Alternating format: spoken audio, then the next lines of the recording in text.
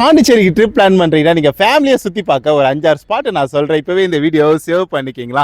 அப்படி என்னடா இருக்குதுன்னு கேட்குறீங்க. ஃபேமிலியாக சுற்றி பார்க்க ராக் பீச்சுங்க. நீங்கள் எப்போ வந்தாலுமே சரி இந்த இடம் ஒரு கம்ஃபர்டபுளான பிளேஸாக இருக்கும். பாண்டிச்சேரியில் யார் வந்தாலுமே சரி ராக் பீச்சோட பிரம்மாண்டத்தை ரசித்து பாருங்கள். அது பக்கத்தில் இருக்கக்கூடிய பாரதி பார்க்கு. இந்த பார்க் ரொம்பவுமே அமைதியாக இருக்கும். ஸோ வந்தீங்கன்னா பீஸ்ஃபுல்லாக இருக்கும். அப்படியே ஆப்போசிட்டில் இருக்கிறது.